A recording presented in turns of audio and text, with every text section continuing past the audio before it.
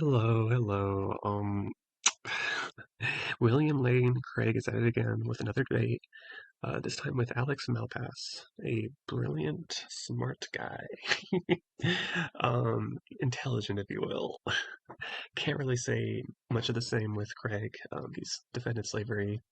He doesn't seem to want to ever defend his arguments. He barely has any arguments to begin with, and he has credentials. I do not have any expertise, any degrees. I will never touch the amount that he has. Yet he's been doing this for thousands of years and is getting away with the most heinous shit and just not and being so blatantly unserious and condescending that it's so weird to see him being taken seriously. I can say that about most theist scholars, but for Craig to be so renowned in his field, it's I think at least very telling for theism, but it's unfortunate just how serious he's taken and how many people mimic all of his just bad points, his way of talking. It sucks. So I have a lot of things I want to go through. I just want to go through the first 25 minutes. I'm not going to finish this whole debate, but oh man, I can't with it. It's hard to make it past 5 minutes listening to him talk, but we're gonna try to do it. I have some main points I want to go by, so just bear with me. Thank you. Let's It seems start. cosmological argument. Fantastic. And what was it about developments in the 20th century that sort of drew you to this argument again? It resonated with deeply felt intuitions that I'd had ever since I was a boy. I remember lying in bed at night thinking about the past and the series of events going back and back. I just immediately, yeah, my argument's compelling because when I was a boy, I used to think I just thought this. I just intuited this as a boy. How you're gonna start with that? That's crazy to start with. My argument makes sense because when I was a boy, something that I kind of felt vaguely in the same realm of intuiting there being a cause for everything, it just made sense that when I was a baby boy. And now look at me, a grown man, and I still think the same thing. That's people actually pretend to be compelled by that. Back and back with no end or rather no beginning. It just seemed inconceivable to me. It seemed there had to be a beginning for everything to get started. And Well, that's why I found that those boyhood intuitions were revived in this version of the cosmological argument, and so I immediately resonated with it. And this was after having been taught by my theology professors in college that there are no good arguments for the existence of God. it, sure, I'll believe him. But I just find it hard to believe that these theists were saying there's just no arguments for They'd all been refuted, and this argument in particular was much despised. Wallace Madsen called it a crude cosmological argument. And yet here Hackett was, going against the current and defending this argument against every conceivable objection. And I thought to myself, I have got to settle my mind with respect to this argument. And so I determined that if I could ever do a PhD in philosophy, I would write on the cosmological argument for God's existence. And lo and behold, Professor John Hick at the University of Birmingham accepted that thesis topic, and Jan and I moved to England and spent... Cool story, brother. The cosmological argument, kind of famously, isn't an argument for God. He might be referring to a specific argument that he has not presented here, but if it is the William Lane Craig cosmological argument, that's not an argument for the existence of God. That is an argument, and it's barely an argument for this even, but it's an argument that everything that begins has a cause. And it doesn't there's famously no God in the premises. A few wonderful years working under... Okay, I think that was about that one. It's just such a rough beginning when all you have to say is the thing I'm arguing is just intuitive because as a baby boy, it made sense. And the thing I'm arguing for is God, but it's not really. He doesn't address that. That's a very important point. That it's not really an argument for God, and he's just like, no, it is an. So it's an argument for God, and it just makes sense, and that's just why you should be convinced. That's his opening. On this very... That's the argument. classic Craig. All right, so I want to go here. So, all right, this whole everything he says is so he's trying to rage bait me, and it's working, but oh my God. Original book, The Cosmological Argument, I more or less made no attempt to defend premise one. I'm still kind of shocked that to be so transparent into and naive if he actually thinks that this is okay, he doesn't make it clear that he's saying the whole time he still thinks that he doesn't have to defend premise one. He didn't think at the very beginning at the trying to make the argument, he didn't think about even defending one of the premises because he thought it was too intuitive. That's so insane and such an unserious thing to think and say as a philosopher who wants to be taken seriously. He doesn't indicate that he wants to be taken seriously with comments like that, though.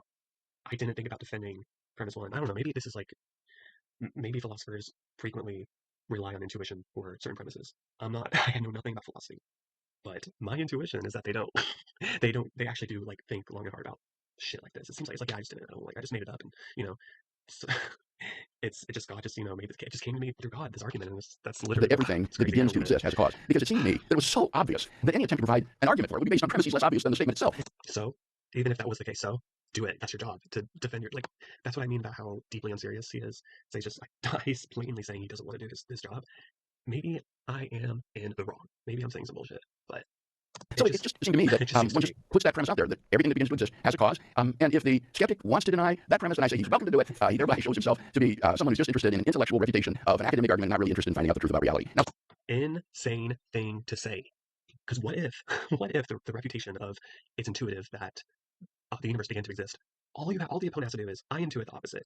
They're both valid. Am I? And oh, by the way, I could be wrong about what I'm saying. Is that not like that seems to follow?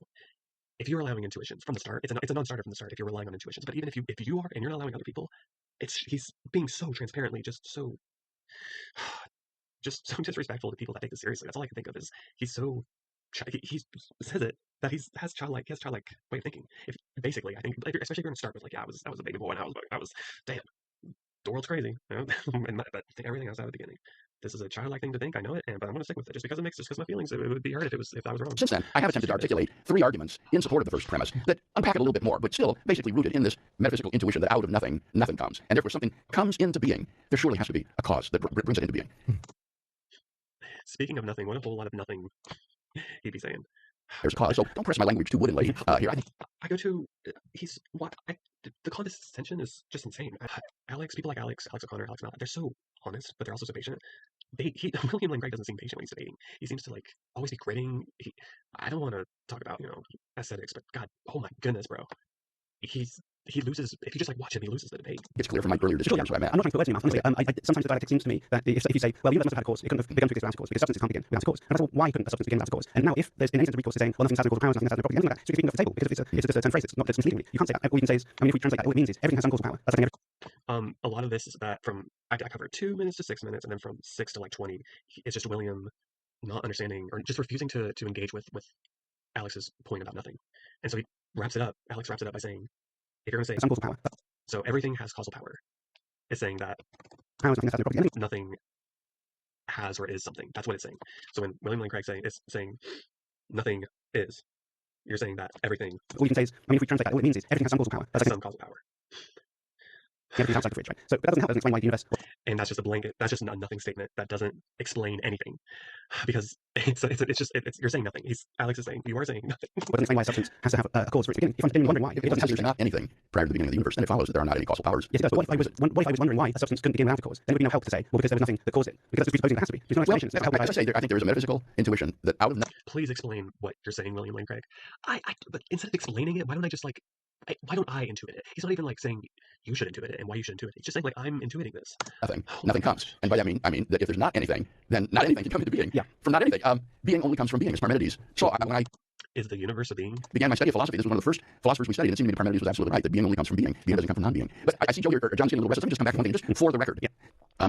I disagree, Alex, that if a substance has material causes, or stuff of which it's made, then it's not a bona fide substance that actually comes into being. That's an expression of mereological nihilism, which is a radical position. I've replayed this a bunch. I don't know why he went to metalogical nihilism or whatever it's called. I don't know. I have no idea what this thing is. Which means it's a thing where nothing has like parts don't exist, right? And only like the fundamental like the things that make up everything exist. There's just like a foundation, but parts don't exist. I don't know why I don't really know. It requires to say that you don't even exist, because you have your parents' sperm and egg that united to form you, and you began to exist when they did unite. There was no Alex Malpass prior to that point, even though there was a sperm and an egg. And that's absurd to say that Alex Malpass pre-existed his birth. Where was he? Where were you? In 1775, what were you doing during the era of galaxy formation? So just for the record, I don't accept this mereological nihilism. I think that there are substances that are composed of stuff, and they do have genuine beginnings, even though they don't come into being ex nihilo.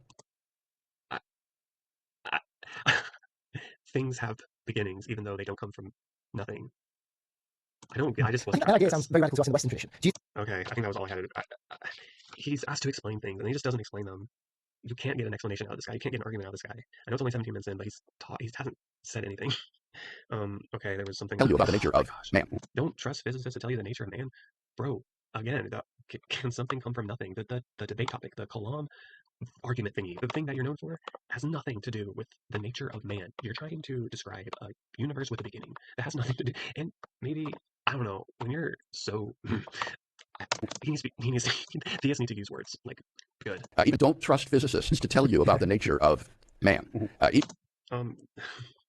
The topic of the debate is can something come from nothing? You're trying to explain the Coulomb argument, the argument that everything has cause begins to exist, and the universe began to exist and has a cause. Nothing to do with the nature of man. Even if it What were a true that everything weird thing to material say. is an excitation of a quantum field or fields, that doesn't mean that you are. If mind-body dualism is true, then you are or have a soul that is not a material object. It seemed like just because you like live in the universe doesn't mean that you are made of the thing that the entire universe is made of. I don't understand. Alex is shaking his head. I don't know if that's, I just don't know. I don't know about that statement. And physicists, therefore, have nothing to tell us about the reality of the soul. The soul isn't, is something supernatural, I would assume. So no one, not even theists, have anything to say about the soul. Just like theists, no one else has anything to say about God because it hasn't been demonstrated to be true.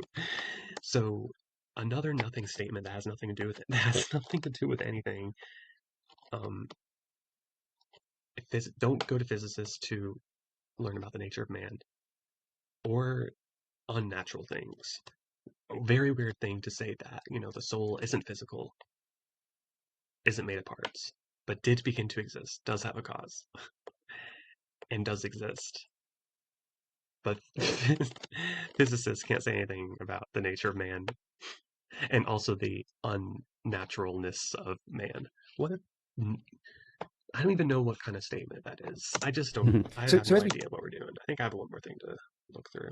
The universe began to exist, then it has a cause. I remember in writing my dissertation at Birmingham, it occurred to me near the end that it seemed like all of the alternatives were absurd to me. That the universe popped into being out of nothing without a cause, that the universe is eternal in the past, or that the universe was created by God with no material cause. They all seem crazy. It seemed like When you learn more, though, I think you do develop an understanding. He's developed his own understanding, but um,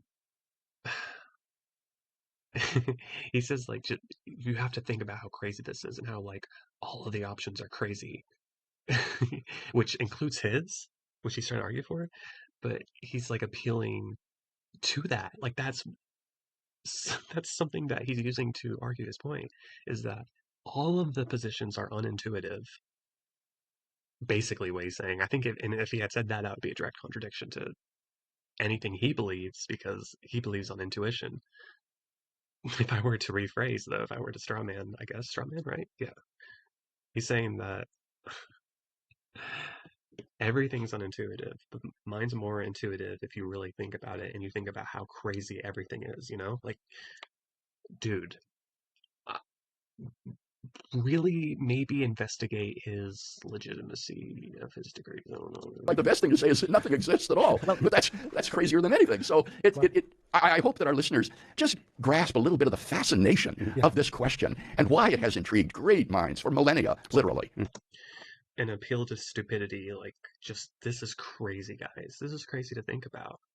Mm, my idea is pretty crazy. I offer no evidence. I offer no arguments. I hand wave everything, and he appeals to a lot of other scholars, and which is fine. It shows the literature, the field of study. But theists do it a lot, and atheists, they they just don't do it that often. They definitely don't do it as much as theists. And throughout this 25 minutes, he appeals to it's some maybe a couple of times he actually like appeals for what he's saying, but he's really just like saying like other people think this, that agree with my point, but they have a different way of they have uh there's different arguments for what I'm trying to argue. And it's weird that that time could have been spent making your argument better by arguing your point instead of saying there are other people that also think what I do. The theists do that a lot, and it's not. It's definitely not called out because it's fine to appeal to uh, other scholars. That's not the problem. It's that it's really for what they're arguing, for everything that they're trying to argue for. It doesn't really matter. There's very direct answers and evidence that's needed for their claims, and they just don't back it up. that's all I had. Hopefully I can edit this down and hopefully my points made sense. Please correct me if I was wrong about anything. I'm just, this guy's so tiring, and it's just insane that he's taking it seriously. Okay, thank you.